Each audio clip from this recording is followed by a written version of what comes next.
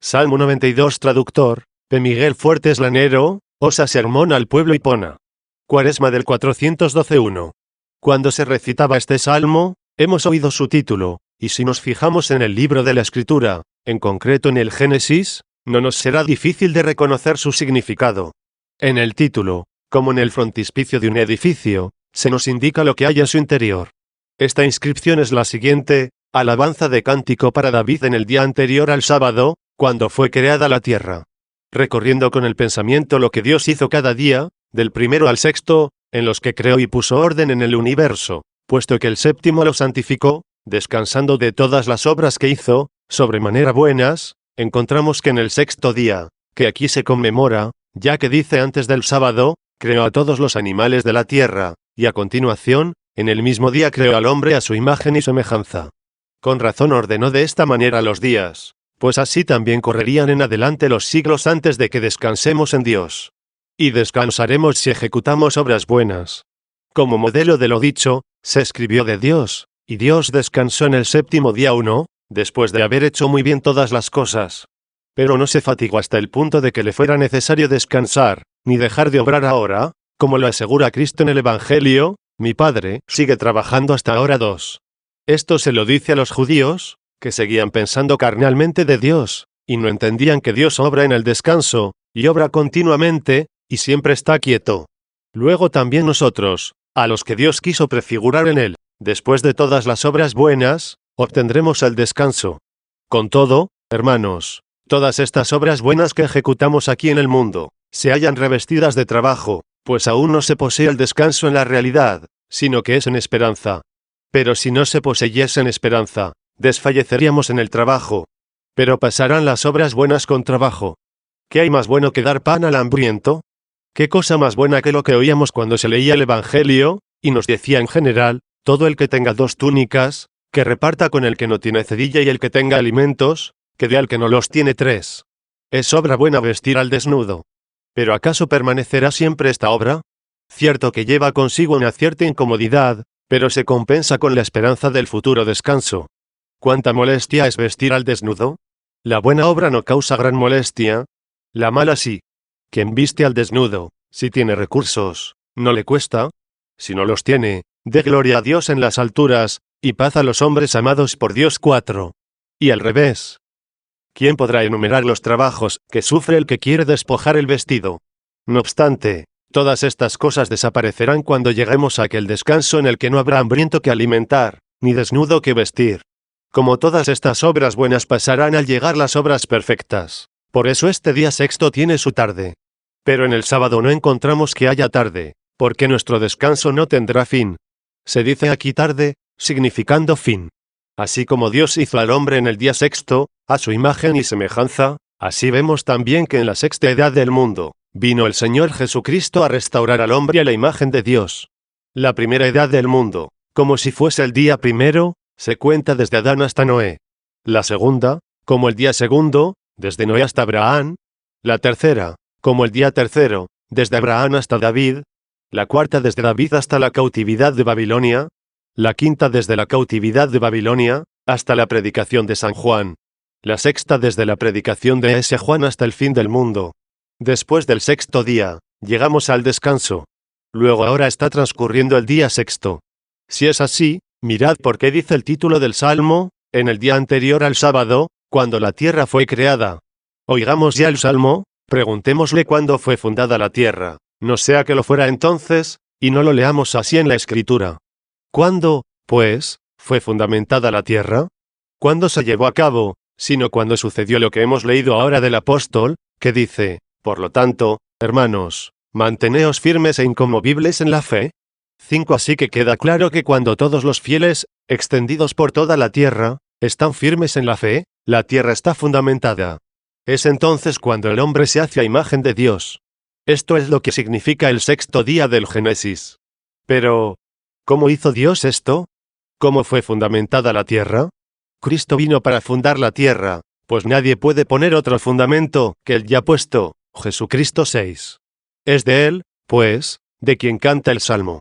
2. V.1. El Señor reina, vestido de belleza. El Señor vestido y ceñido de poder. vemos que se ha vestido de dos formas, de hermosura y de fortaleza. ¿Para qué? Para fundar la tierra. Así continúa el Salmo, pues ha afianzado el orbe de la tierra, y no se moverá. ¿Cómo la afianzó? Vistiéndose de hermosura. No le habría afianzado si solo se hubiera vestido de hermosura, y no también de fortaleza. ¿Por qué se vistió de hermosura, y por qué de fortaleza?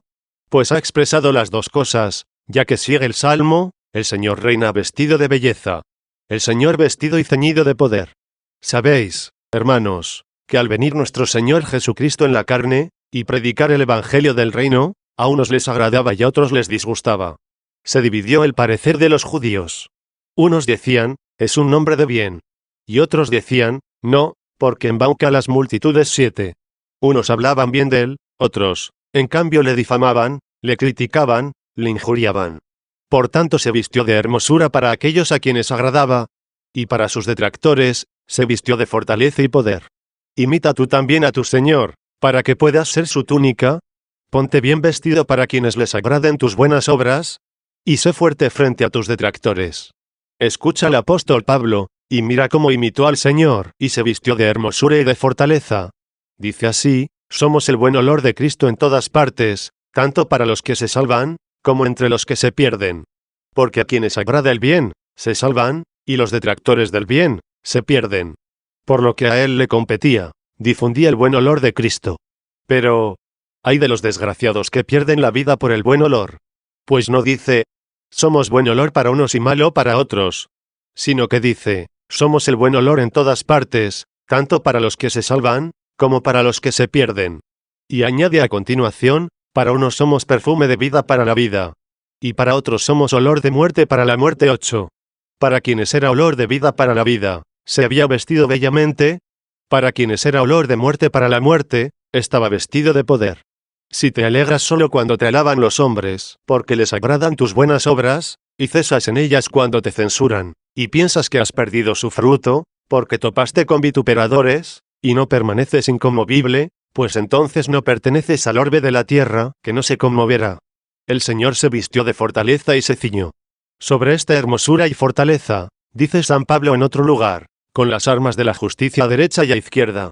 Fíjate dónde se halla la hermosura y la fortaleza, en la gloria y en la afrenta. En la gloria, la belleza. En la afrenta, la fortaleza. Para unos se predicaba como algo digno de elogio, para otros como algo despreciable. Mostraba la hermosura a los que agradaba, y la fortaleza frente a los que se disgustaban. Y así va enumerando todas las situaciones, hasta el final, donde dice, como que nada tienen, pero poseyéndolo todo 9. Cuando lo posee todo, es hermoso. Cuando nada tiene, es fuerte. No es, pues, de extrañar que prosiga, porque afianzó el orbe de la tierra, que no se conmoverá. ¿De qué modo el orbe de la tierra no se conmoverá? Creyendo todos los fieles en Cristo, y hallándose preparados para ambas situaciones, a alegrarse con los que alaban, y a ser fuertes frente a los criticones. No languidecer por las alabanzas, ni abatirse con los reproches. 3. Quizá nos preguntemos por qué usó esta palabra, se ciñó. Ceñirse significa las obras, uno se ciñe cuando va a trabajar. Pero, ¿por qué no utiliza cinctus est? Si no, prae cinctus est. De hecho, en otro salmo dice, ciñete, ac cingere. Al flanco la espada, valiente. Los pueblos se te rinden. 10. Pero en ese pasaje no se utiliza ni el verbo cingere, ni precingere, sino ac cingere. Este verbo significa ponerse algo al costado ciñéndoselo. Por eso, ciñete la espada. La espada del Señor, con la que sometió el orbe de la tierra dando muerte a la maldad. El que obra es el Espíritu de Dios, en la verdad de su palabra. ¿Por qué se le dice que se ponga la espada junto al fémur? He introducido algo para explicar el ceñirse, algo de otro salmo. Pero ya que lo he citado, no lo he de pasar por alto. Por muslo se significa la carne. No habría el Señor sometido al orbe de la tierra, si el espada de la verdad no hubiera venido en la carne. ¿Por qué el Señor quiso ceñirse tales cosas? Cuando uno se ciñe se pone algo delante con lo que se ciñe. Por eso leemos en el Evangelio que Jesús se ciñó una toalla y lavó los pies de sus discípulos. 11. Ciñéndose con un paño, lavó los pies de sus discípulos. Toda su fortaleza se mostró en la humildad, puesto que la soberbia es algo frágil. Al hablar de la fortaleza, añadió praecinctus est, se ciñó, para que recuerdes que Dios estaba ceñido de humildad cuando lavó los pies a sus discípulos. Pedro se llenó de espanto, se estremeció al ver a su Señor, a su Maestro inclinado de rodillas a sus pies para lavárselos.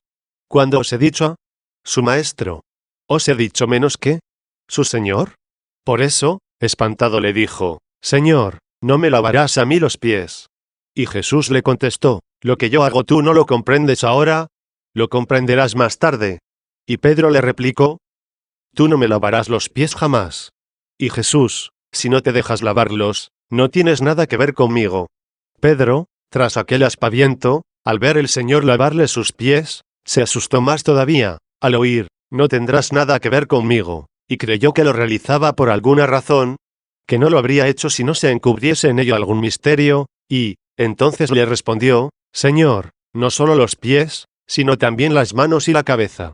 Y Jesús le contesta, el que se ha lavado una vez, no necesita lavarse de nuevo, pues está ya limpio del todo. No se refería Jesús al sacramento de la purificación, por haberles lavado los pies, sino como a un ejemplo de humildad. Ya le había dicho, lo que estoy haciendo, ¿no lo entiendes ahora? Lo entenderás después. Veamos si lo entendieron después. Veamos si Él les aclaró lo que les hizo y así veremos al Señor ceñido de fortaleza, porque en la humildad se encuentra toda la fortaleza. Después de lavarles los pies, se volvió a sentar, y les dijo, ¿me llamáis Señor y Maestro? Y decís bien, pues lo soy. Sí, pues, yo soy vuestro Señor y Maestro, y os he lavado los pies.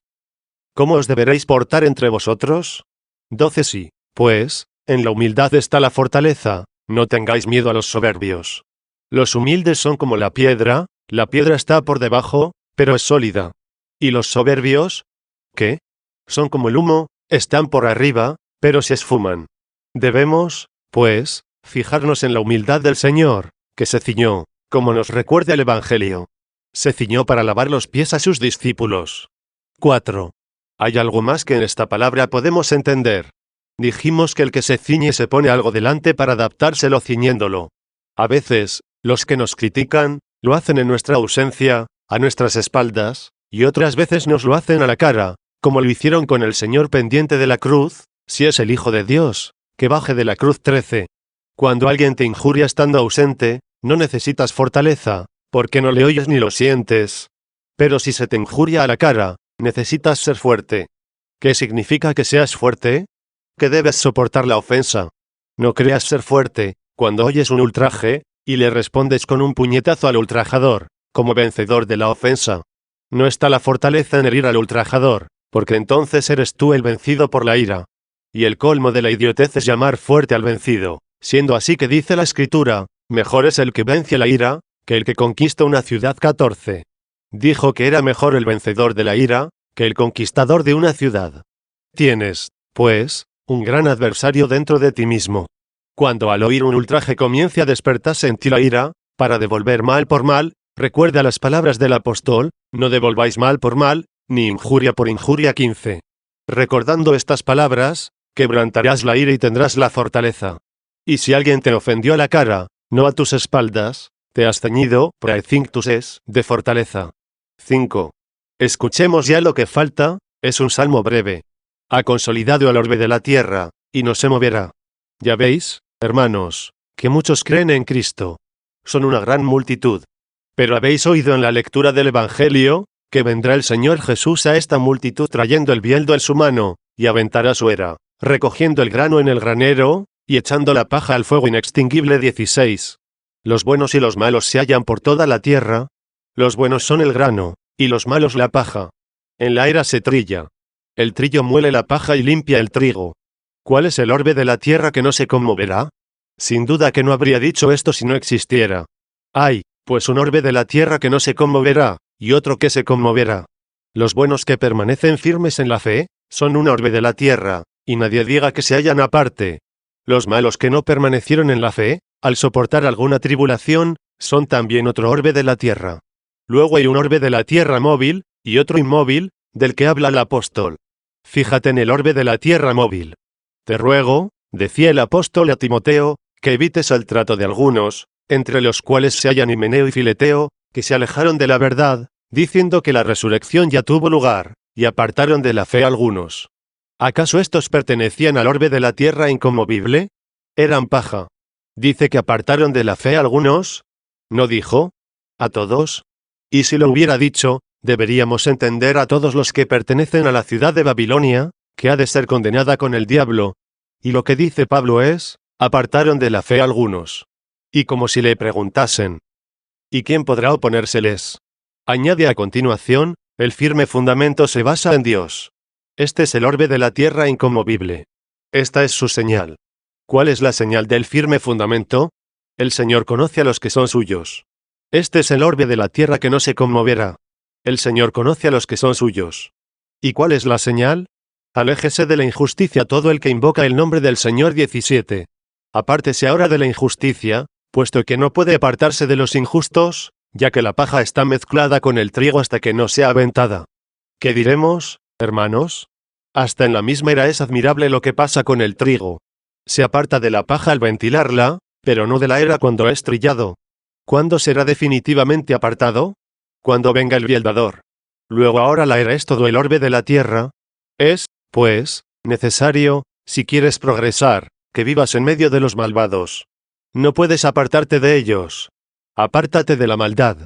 Apártese de la maldad todo el que invoca el nombre del Señor, y residirá en el orbe de la tierra, que no se conmoverá.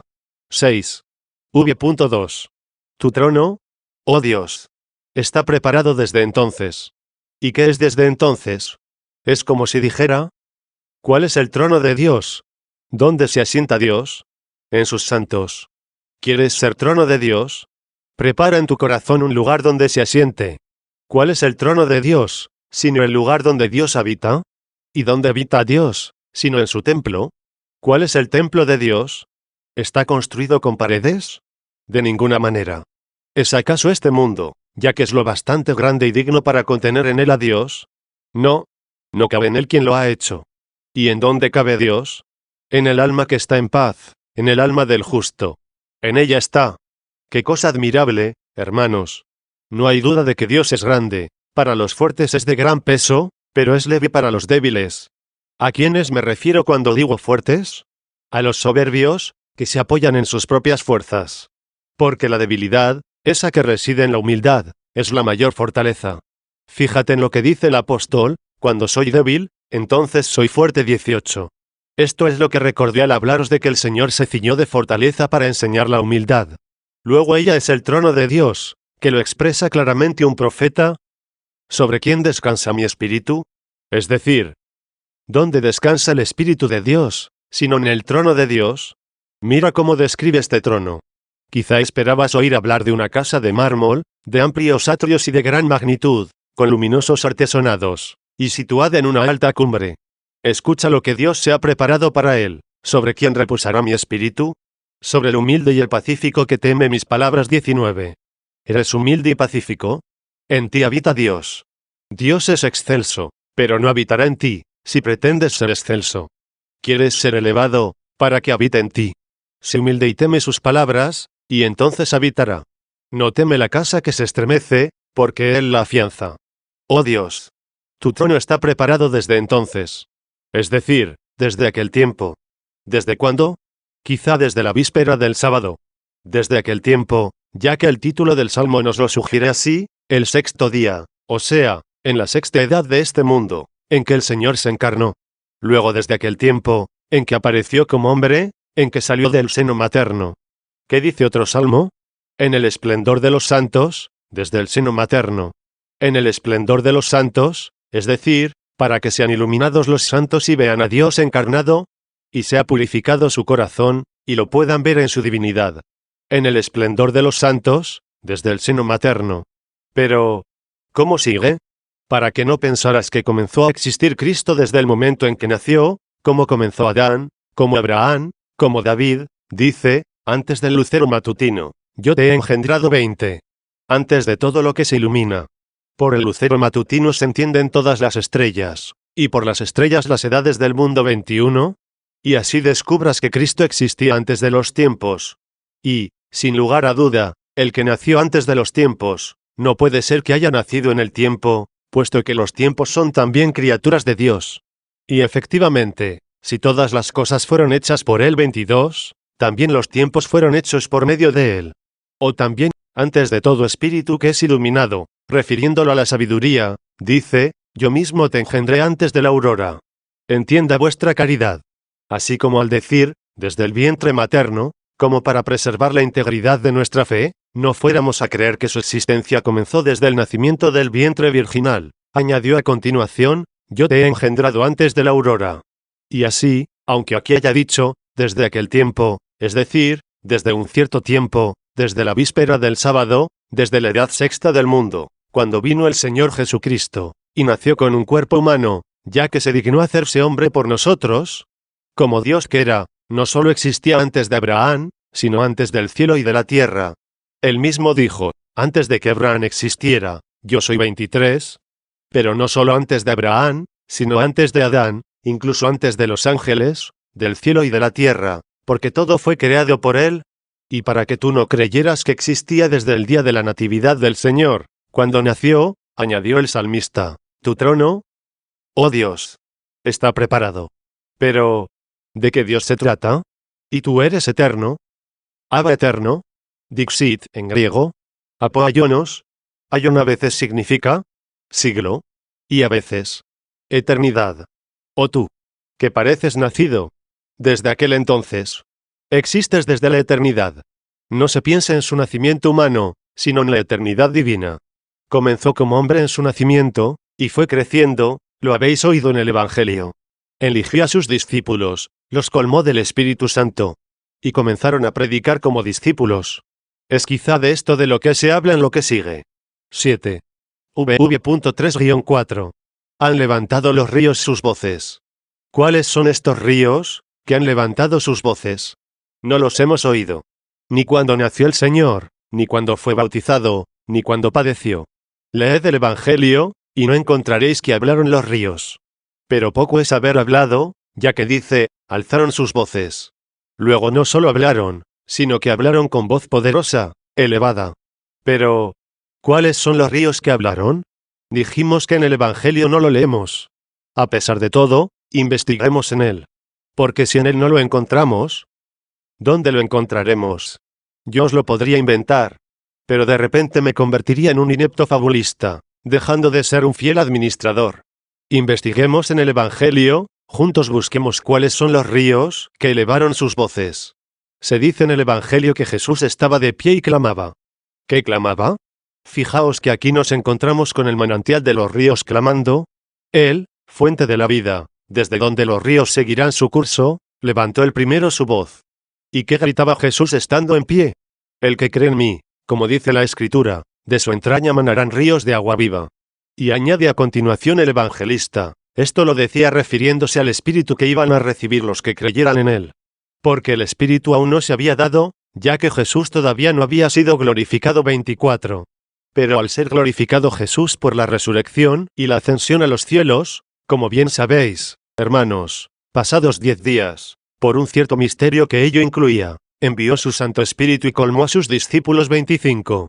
Este Espíritu es el gran río del que se colmaron otros muchos ríos. De este río dice el Salmo en otro lugar, el ímpetu del río alegra la ciudad de Dios 26. Luego han brotado caudalosos ríos de las entrañas de sus discípulos, al recibir el Espíritu Santo. Ellos mismos se convirtieron en ríos, al recibir el Santo Espíritu. ¿Y cuándo fue que estos ríos elevaron sus voces? ¿Por qué las elevaron? Puesto que primero temieron. Pedro, en concreto, aún no era río, cuando la pregunta de la sirvienta, negó 3 veces a Cristo, diciendo, yo no conozco a ese hombre 27. Este mintió por temor. En esta ocasión, por miedo, miente. Aún no alza la voz, no es río. Pero tan pronto como recibieron el Espíritu Santo, al ser llamados por los judíos, y ser combinados para que no hablasen nada ni enseñasen en nombre de Jesús, Pedro y Juan dijeron, juzgad si es justo ante Dios que os obedezcamos a vosotros antes que a Dios. No podemos menos de hablar de lo que hemos visto y oído. Luego levantaron los ríos su voz con voces de muchas aguas. A la misma elevación de la voz pertenece también lo que allí se escribió. Se presentó Pedro con los 11, y elevando la voz, dijo, varones de Judea. 28 y las demás cosas que les dijo anunciándoles a Jesús con gran valor y sin temor. Elevaron, pues, los ríos su voz con gritos de muchas aguas. También cuando fueron despachados los apóstoles fuera del Sanedrín de los judíos, y contaron a los fieles lo que le dijeron los ancianos y los sacerdotes, al oírlos levantaron todos a una su voz al Señor y dijeron: Señor, tú eres el que hiciste el cielo y la tierra, el mar y cuanto hay en ellos. 29 Y lo demás que pudieron decir los ríos que levantaron su voz. Impresionantes son las elevaciones de las olas marinas. Cuando aquellos discípulos elevaron su voz, creyeron muchos, y muchos recibieron el Espíritu Santo, y de pocos ríos comenzaron muchos a clamar. Por eso continúa, por las voces de muchas gentes, son admirables las olas y alzas del mar, es decir, de este mundo. Cuando comenzó Cristo a ser predicado con tantas voces, comenzó a enfurecerse el mar, comenzaron a incrementarse las persecuciones. Por eso, al elevar los ríos sus voces por las voces de sus muchas aguas, sucedieron las impresionantes alzas marinas, que es cuando el mar se enfurece y se encrespan las olas. Encréspense las olas cuanto quieran, brame el mar cuanto le parezca. Impresionantes son las alzas marinas, como impresionantes son las amenazas, como las olas altas. Pero pon atención a lo que sigue: maravilloso es el Señor en las alturas. Que refrene el mar su bravura, y por fin se tranquilice. Que se dé paz a los cristianos. Se alborotaba el mar, peligraba la barquilla. La barquilla es la iglesia, el mar es el mundo. Vino el Señor, caminó sobre el mar, y calmó el oleaje 30. ¿Cómo caminó el Señor sobre el mar? Andando sobre las cabezas de esas gigantescas olas espumantes. Las autoridades y los reyes de la tierra creyeron y se sometieron a Cristo. Así que nada de aterrarnos por las impresionantes alzas del mar. Admirable es el Señor en las alturas. 8. V.5. Tus testimonios han llegado a ser muy dignos de crédito. Más admirable es el Señor en las alturas, y más que las impresionantes olas espumantes y alzas del mar. Tus testimonios han llegado a ser dignos de todo crédito. ¿Tus testimonios? Sí, porque los había dado anteriormente. Os digo estas cosas, les dice Jesús, para que gracias a mí tengáis paz. En el mundo tendréis presiones, pero ánimo, que yo he vencido al mundo. Luego, como el mundo os ha de presionar, por eso os digo esto. Comenzaron a sufrir, y confirmaron en sí mismos lo que el Señor les había pronosticado. Y esto los hizo más fuertes. Al ver que se cumplían en ellos los tormentos, empezaron a esperar que se cumpliría en ellos la prometida corona. Por tanto, más admirable es el Señor en las alturas, que los temibles oleajes del mar.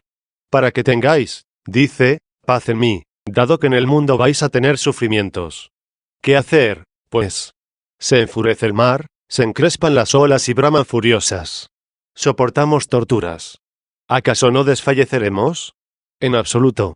El Señor es admirable en las alturas. Por eso también, al decir, para que gracias a mí tengáis paz, porque en el mundo tendréis aflicción, y como si le contestaran: ¿crees que el mundo no nos aplastará? Añade a continuación: pero ánimo, que yo he vencido al mundo. 31 Luego, si dice que ha vencido al mundo, adheríos a él, que venció el mundo, que venció el mar. Alegraos con él, porque el Señor es admirable en las alturas, y tus testimonios son dignos de todo crédito. Y todas estas admoniciones, ¿qué frutos han dado? A tu casa, Señor, la embellece la santidad. Tu casa, toda tu casa, no aquí, allá o acullá, sino tu casa entera, extendida por toda la tierra. ¿Por qué por todo el orbe de la tierra? Porque afianzó el orbe de la tierra, y no se conmoverá. 32. La casa del Señor será una fortaleza. Se extenderá por toda la tierra, muchos caerán, pero esa casa está firme. Muchos vacilarán, pero esta casa no se moverá. A tu casa, Señor, le corresponde la santidad. ¿Será por poco tiempo? No, en absoluto. A lo largo de todas las edades.